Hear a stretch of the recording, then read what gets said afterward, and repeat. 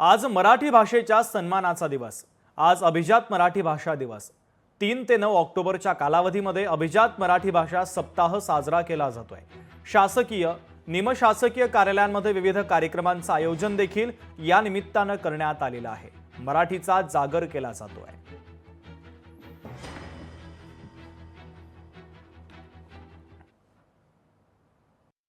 देशातली चौथी आणि जगातली 10वी सर्वाधिक बोलली जाणारी भाषा ही आपली मराठी भाषा आहे। माय मराठीचा सन्मान हा आपल्या सर्वांचा सन्मान आहे।